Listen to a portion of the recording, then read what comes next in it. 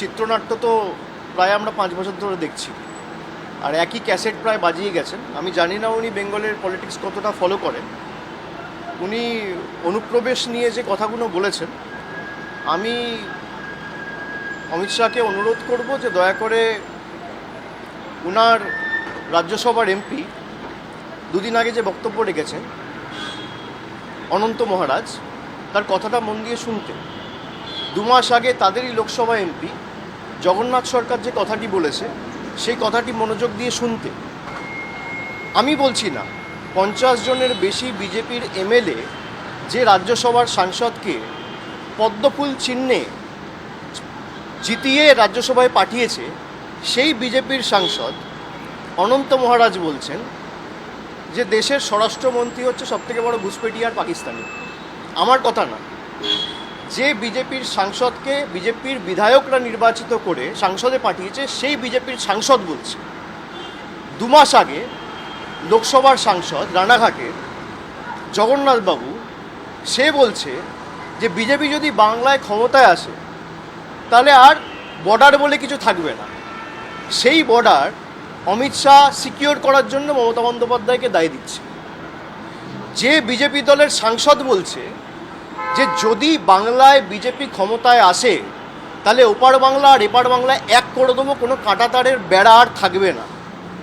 কে বলছে? জগন্নাথ মজুমদার।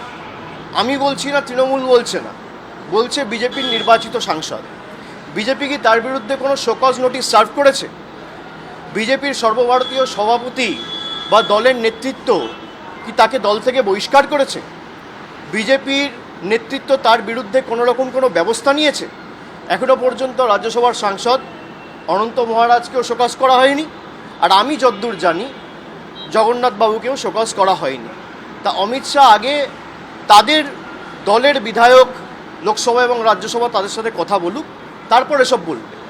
আর যে সমস্ত এইসব চিত্রনাট্য আমাদের দেখাচ্ছে যে ঘুষপেটিয়া, আরে আপনি দেশের স্বরাষ্ট্রমন্ত্রী, দেশের রাজধানীতে বিহার নির্বাচনের 4 দিন আগে বিস্ফোরণ হয়েছে, দায়ী কার? দিল্লিতে মমতা ব্যানার্জির সরকার। জম্মু কাশ্মীরে 4 জন জঙ্গি ঢুকে 26 জনকে দিনের আলোতে গুলি করে ঝাঁঝরা করে মারল। জম্মু কাশ্মীরে পুলিশের দায়িত্বে কে রয়েছে? ইউনিয়ন মিনিস্ট্রির আন্ডারে রয়েছে পুলিশ। বর্ডারের পাহারায় কে দায়িত্বে রয়েছে? বিএসএফ। তাহলে একদিকে বিএসএফ আপনার স্বরাষ্ট্র মন্ত্রকের অধীনে, অন্যদিকে দিল্লি পুলিশ থেকে শুরু করে জম্মু কাশ্মীর পুলিশ আপনার স্বরাষ্ট্র মন্ত্রকের অধীনে। তাহলে দিল্লিতে কেন হলো? জম্মু কাশ্মীরে পেহেলগামে কেন হলো? এর দায় কার? ভারতবর্ষে যবে থেকে স্বাধীন হয়েছে, দেশের স্বাধীনতার পর সারা দেশে সবথেকে ব্যর্থতম এবং সবথেকে অপদার্থতম যদি কোনো স্বরাষ্ট্রমন্ত্রী থেকে থাকে তার নাম হচ্ছে অমিত শাহ। আপনি জিজ্ঞেস করুন, যে বিজেপির সাংসদরা বলছে যে দেশের স্বরাষ্ট্রমন্ত্রী নিজে একজন ঘুষপেটিয়া, সে এসে বলছে বাংলায় ঘুষপেটিয়া আটকাবো। আরে বাংলায় যদি ঘুষপেটিয়া হয়ে থাকে, 11 বছর ধরে আপনার সরকার কেন্দ্রে, 6 বছর ধরে আপনি দেশের স্বরাষ্ট্রমন্ত্রী, সবার আগে আপনার রিজাইন করা উচিত। আপনি কাকে এসব বোকা বানাচ্ছেন? কাকে এসব বলে বোকা বানাচ্ছেন?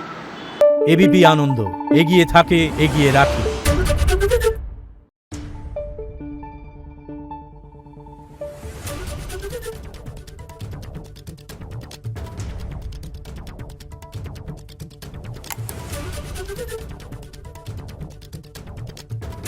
Thank you.